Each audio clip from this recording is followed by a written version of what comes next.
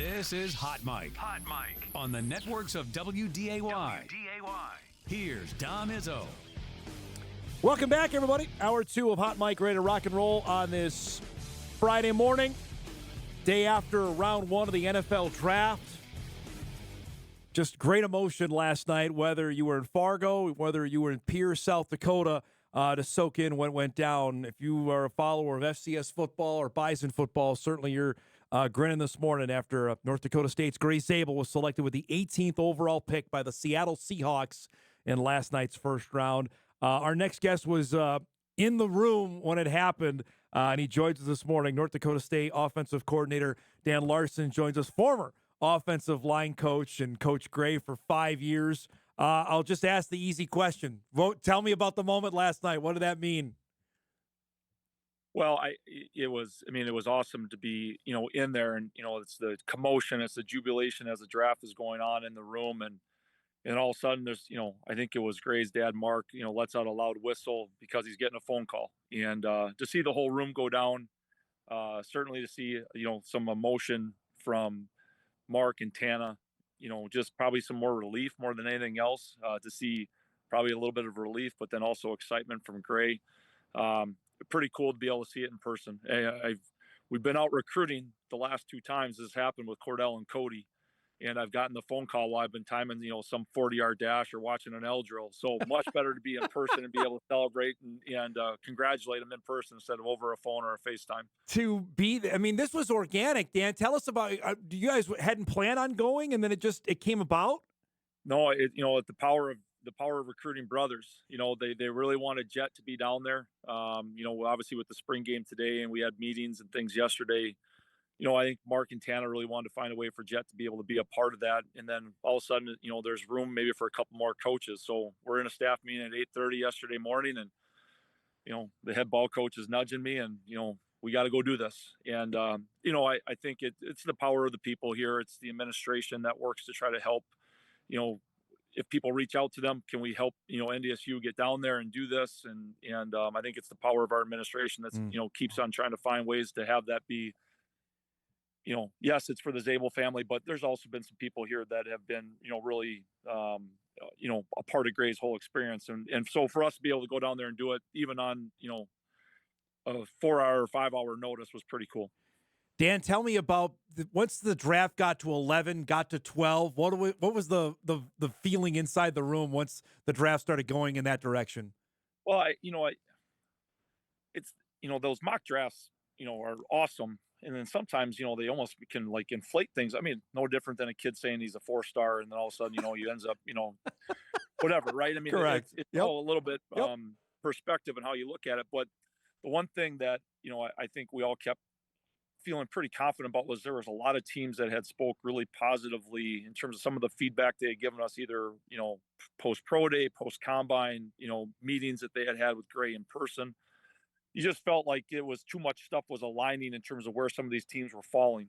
And, it just, I think you knew these next round of teams were coming up that, man, these are all real legitimate possibilities. And you saw some other offensive linemen getting drafted even after. I think there was some real opportunities there for him, even if it hadn't happened at 18. So I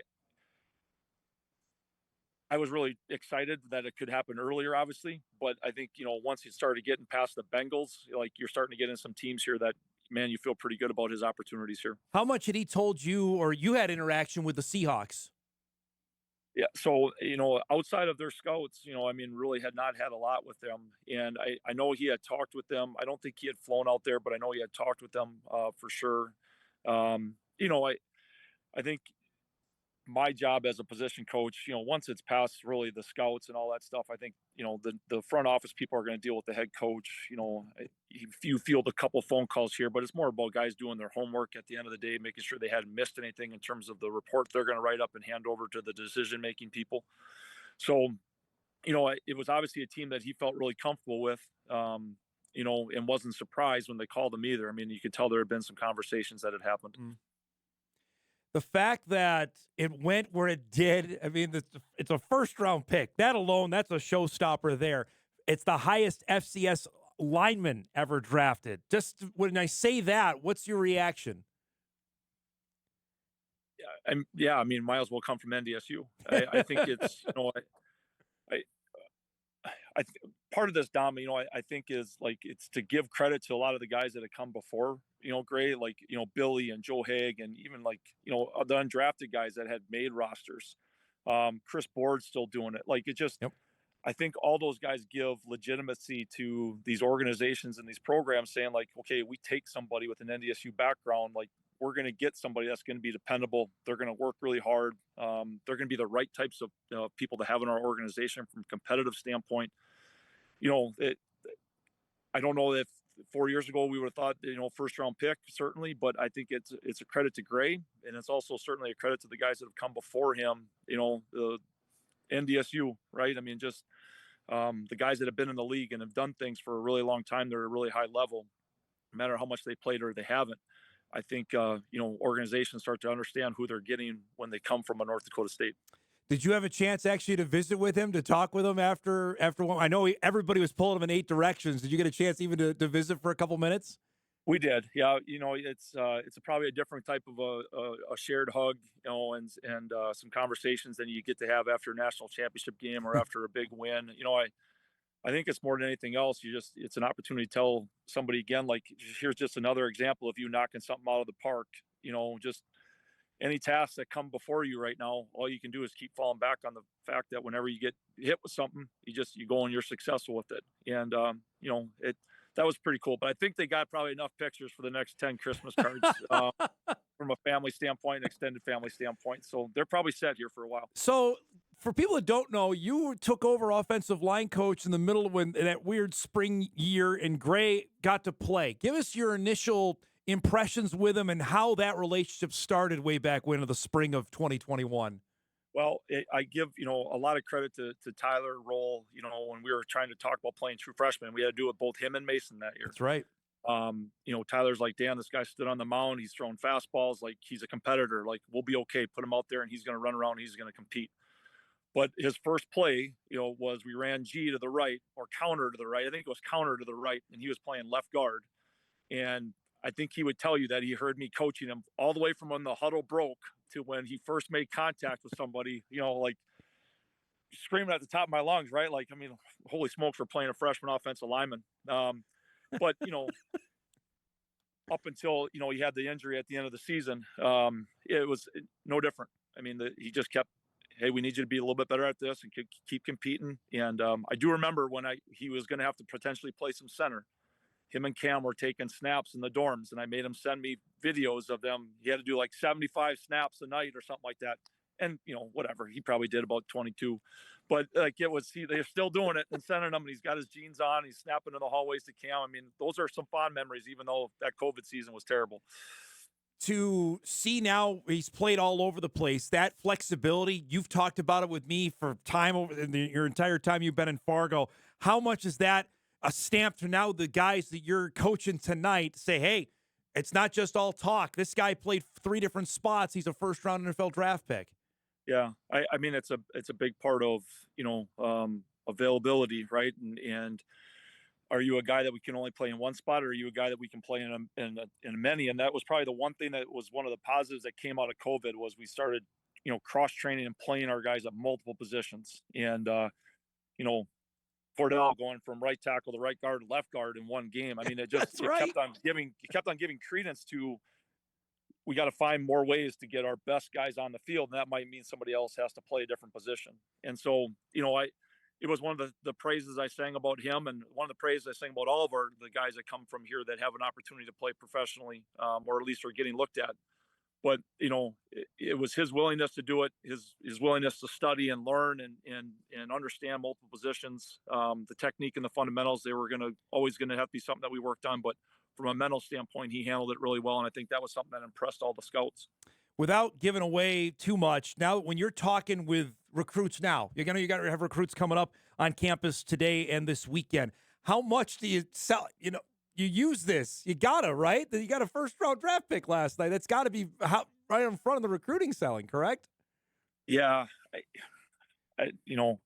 our head coach will probably do it. I still have a hard time. The guys give me, grief about it all the time. I still, it's like it's the best part about NDSU, and as great as last night was, like, okay, guys, we're talking about the 25 season now coming up and the 26 recruiting class and all those things.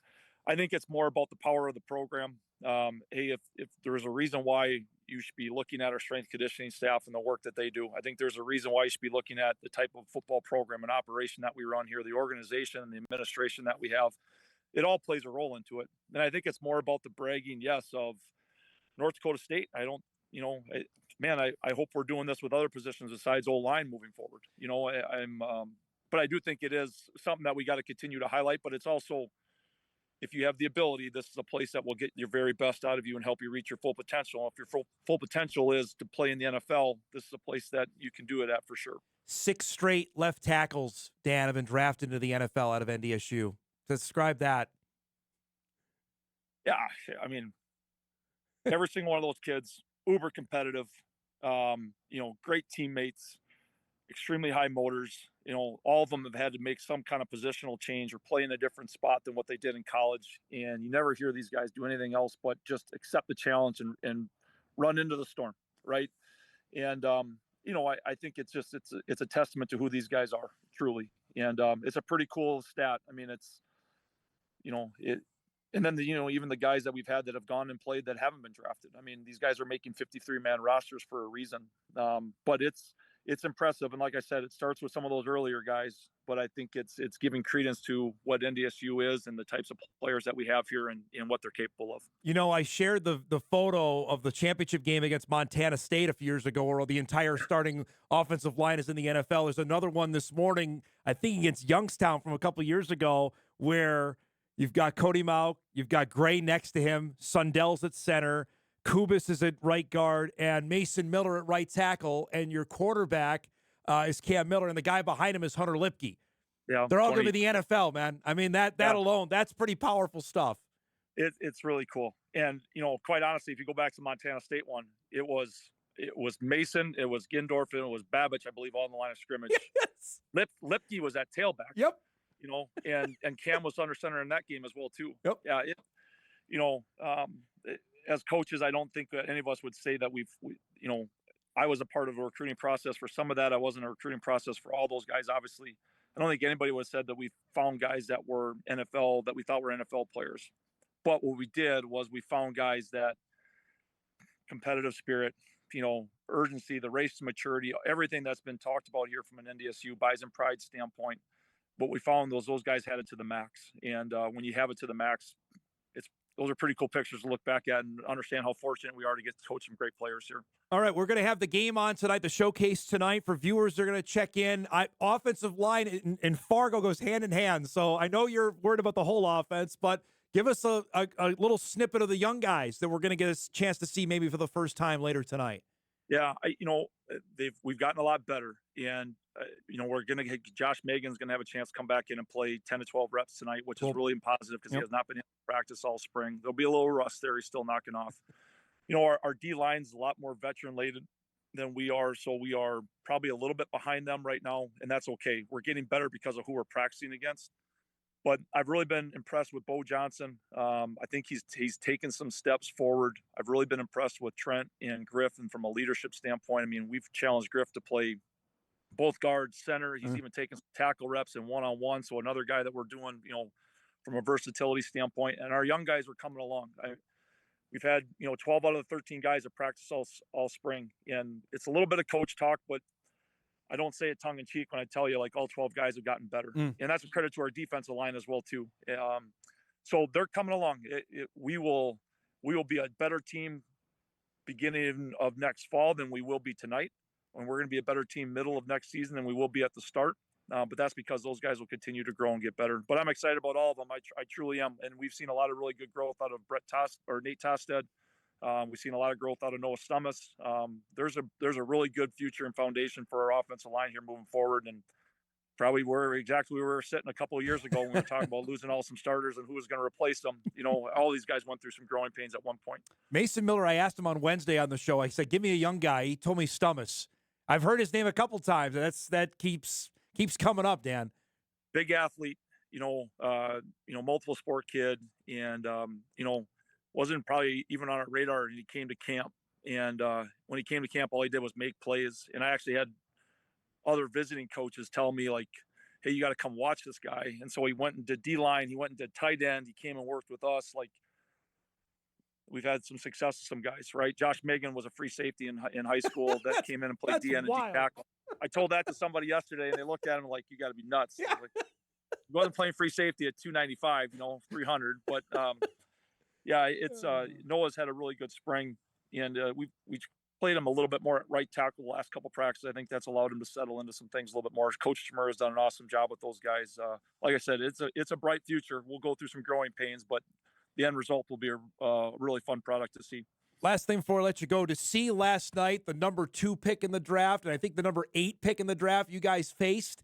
That's also a recruiting pitch. I know you're not going to get FBS games all the time, but you faced Travis Hunter. You faced the McMillan kid at Arizona. That's pretty cool stuff as well. Yeah.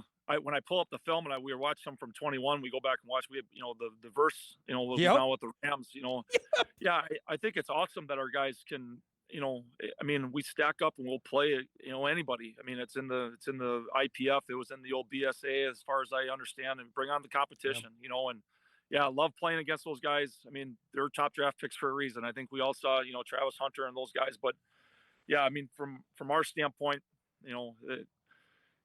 there's a lot of plays where we made some plays against those guys as well too. Yeah. They just don't show up in the draft package when they put the video on, but I think there's a lot of good film there from our standpoint as well too of, number 2 pick and, complete some passes and challenge these guys to make some tackles or defended a guy that was a really good receiver. Like I said, it's all part of, what you can do here at NDSU. Did you put Travis Hunter on offense or defense if you were a coach? Well, yeah, if I'm the offensive coordinator, I'm putting him on offense. Yeah. Take him on third downs and play some man coverage. Otherwise, let's get back to this deal and let's have him work a little bit more on offense. Yeah. Oh, man. He's just an absolute freak to watch. Congratulations, man. It was so cool to see you and Tim down there last night. Thanks so much for the time. I'll see you later tonight, okay? Appreciate it, Dom. Thank you. Dan Larson, NDSU offensive coordinator, joining us this morning. He was down in Pierre last night for Grey Zabel's draft party. As far as I know, the party is still actually happening tonight in Pierre. I don't believe Grey is going to be there because he's going to be on his way to Seattle for the introductory press conference that the Seahawks will have later today with GM John Schneider and head coach Mike McDonald. Our guy, Drew Trafton, was pretty much over the moon on that pick that went down last night.